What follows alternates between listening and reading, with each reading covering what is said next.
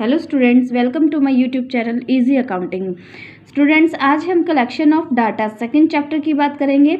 Second chapter जो 11th class का है, इसमें क्या है कि डाटाज का कलेक्शन कैसे किया जाता है।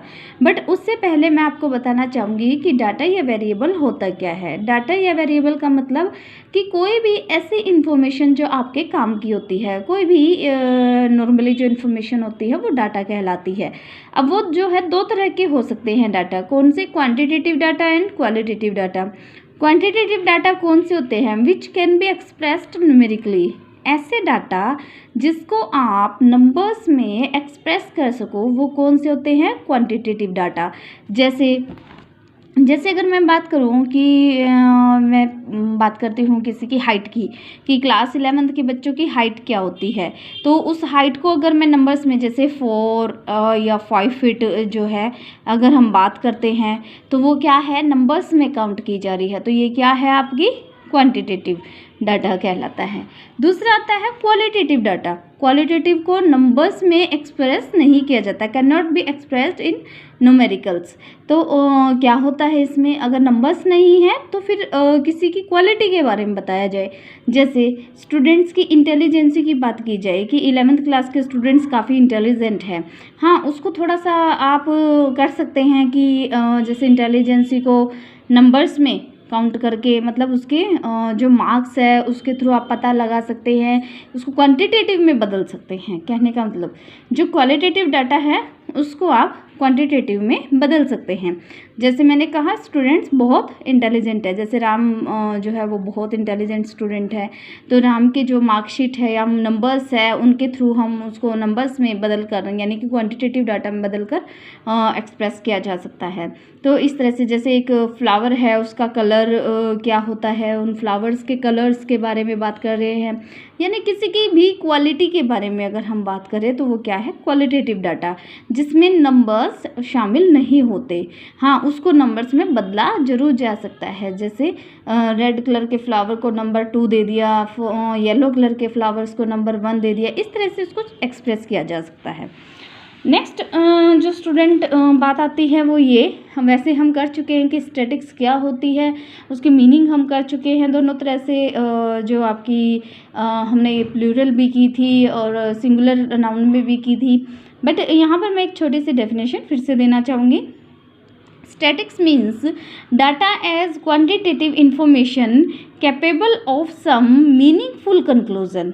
Statics क्या है? जो ऐसे डाटा, क्वांटिटेटिव डाटाज की इंफॉर्मेशन है जो क्या है? कैपेबल है किसके लिए? सब मीनिंगफुल कंक्लूजन, कुछ मीनिंगफुल निष्कर्ष निकालने के लिए, कुछ भी मीनिंगफुल कंक्लूजन निकालने के लिए जो कैपेबल डाटा होते हैं क्वांटिटेटिव इंफॉर्मेशन के, वो क्या कहलाती हैं? स्टैटिक्स कहलाती है। अब क्या किया जाता है इसके अंदर? Collection of data. इसके अंदर क्या किया जाता है? In collection of data we will study, कि हम क्या करेंगे? इसमें कलेक्शन ऑफ डाटा के बारे में पढ़ेंगे। अब जब कलेक्शन की बात हो रही है तो दो चीज़ें निकल कर आती हैं। कौन कौन सी? एक तो होता है सोर्स ऑफ डाटा, कि क्या सोर्सेज है आपके डाटा को कलेक्ट करने के।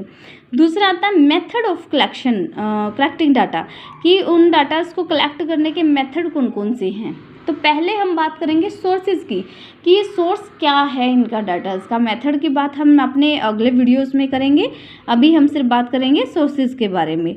तो सोर्सेज क्या है? सोर्सेज की अगर हम बात करें, सोर्सेज ऑफ डाटा की, तो दो तरह के सोर्सेज होते हैं, primary sources and secondary sources. Primary and secondary, जैसे इनके नाम से ही आपको स्टूडेंट्स पता चल रहा है, प्राइमरी सोर्सेज का क्या मतलब होता है? Collection of data from its source of origin. ये वो डाटा होते हैं जो इसके ओरिजिन से मतलब कलेक्ट किए जाते हैं। ओरिजिन का मतलब ये जहाँ से मिले हैं। प्राइमरी मतलब जो फर्स्ट टाइम कलेक्ट डाटा होता है।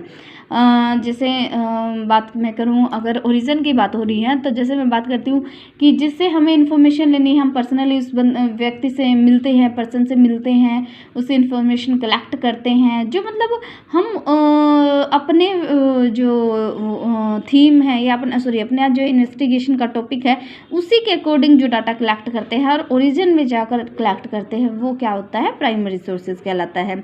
It offers first hand quantitative information related to your statistical study. क्या है ये फर्स्ट हैंड क्वांटिटेटिव इंफॉर्मेशन होती है।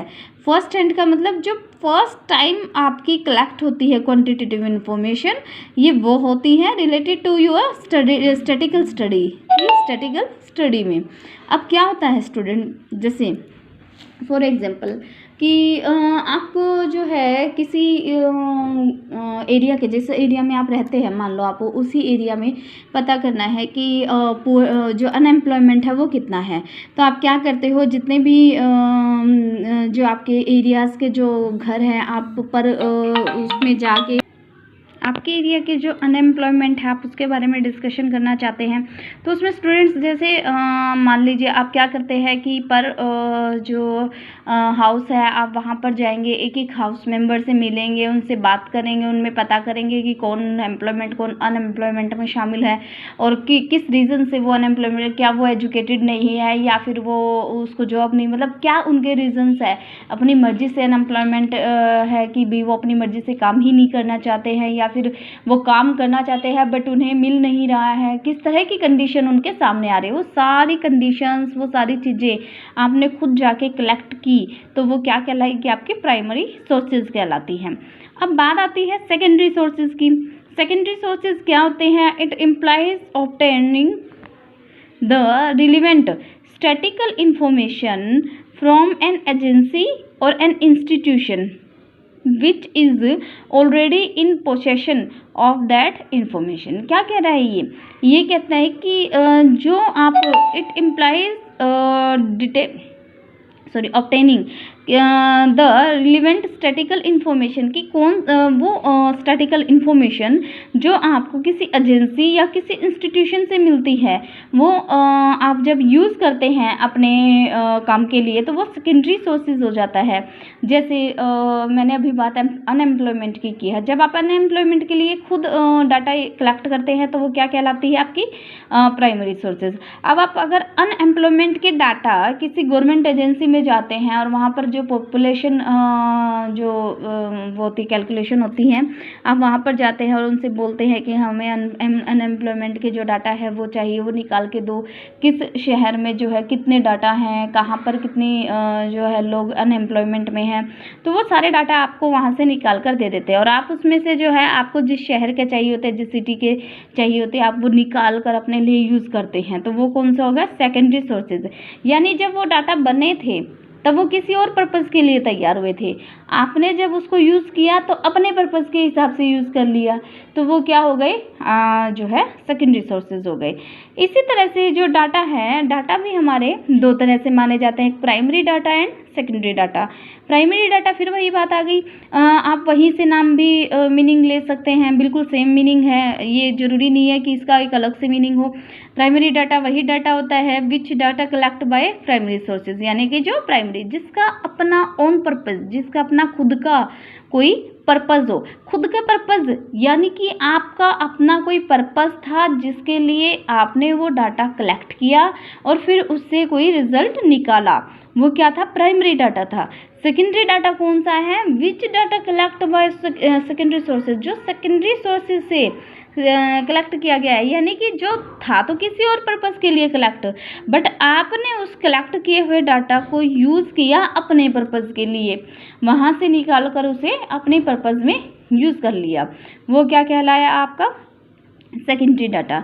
इसमें एक एग्जांपल और हो सकता है, जैसे मैंने अभी बताया जो इंडिया की पॉपुलेशन है वो हर 5 साल में हर 5 साल में जो है काउंट होती है, तो उसमें क्या होता है, जैसे पॉपुलेशन की जब काउंटिंग होती है तो क्या होता है इसके अंदर कि जैसे आपको पता होगा कि पर जो हाउस है वो काउंटिंग होती है, उसमें ये देखा जाता है कितने मेंबर रहते हैं, कितने मेल है, कितने फीमेल है, कौन जॉब करता है, कौन अनएम्प्लॉय है, कौन जो है आपका पुअर्टी लाइन में आते हैं, कौन पुअर्टी लाइन से ऊपर आते हैं, ये सारी चीज़ें, कितने बच्चे हैं, किस किस क्लास में, किस किस एज के बच्चे हैं, ये सारी चीज़ें उसके अंदर कैलकुलेट होती है। अब क्या कैलकुलेशन थी, वो प्राइमरी डाटा है कि वहाँ पर एक एक घर में जाकर एक एक पॉइंट की इंफॉर्मेशन ली जाती है, वो क्या हो गया, प्राइमरी डाटा। अब आपको क्या चाहिए, आपको चाहिए कि हमारे जो सिटी है उसके अंदर कितने जो है बच्चे शामिल है, आपने कोई ऐसा प्रोडक्ट बनाया है कि जो बच्चों के ही काम आ सकता है, तो आपको पता करना कि आपकी सिटी में जो है कितने बच्चे हैं, कितने जो ऐसे बच्चे हैं जिनके लिए, या आपकी कंट्री में कितने ऐसे बच्चे हैं जिनके लिए आपका ये प्रोडक्ट यूज़फुल हो सकता है। तो आपने क्या किया, वहाँ पर गवर्नमेंट ऑफिस में गए और वहाँ से पता किया कि भाई मुझे डाटा दिखाओ, मुझे उसमें से अपनी इन्फॉर्मेशन चाहिए। और वहाँ से आपने डाटा लिया और आपने चेक किया कि कितने जो है कंट्री में जो चाइल्ड उसमें आते हैं, ताकि हमारे प्रोडक्ट जो है बिक सके इस लेवल के। तो उसमें आपने क्या किया, जो वहाँ से जो डाटा यूज़ किया वो कौन सा कहलाया, सेकेंडरी डाटा, कि आपने किसी का यूज़ किया हुआ डाटा जो है अपने अकॉर्डिंग ट्रांसफ़र कर दिया, वो क्या कहलाया आपका सेकेंडरी डाटा। स्टूडेंट्स, इन चीज़ों को हम और डीप और अच्छे से करेंगे अपने नेक्स्ट वीडियोस में। आप देखते रहिए मेरे नेक्स्ट वीडियोस को, देखना ज़रूर, आपको बहुत अच्छा लगेगा, अच्छे से समझ में आएगा। फिर भी अगर कोई टॉपिक आपको लगता है कि नहीं समझ आया तो आप मुझे कमेंट कर सकते हैं। And please like subscribe my channel. Thanks for watching me.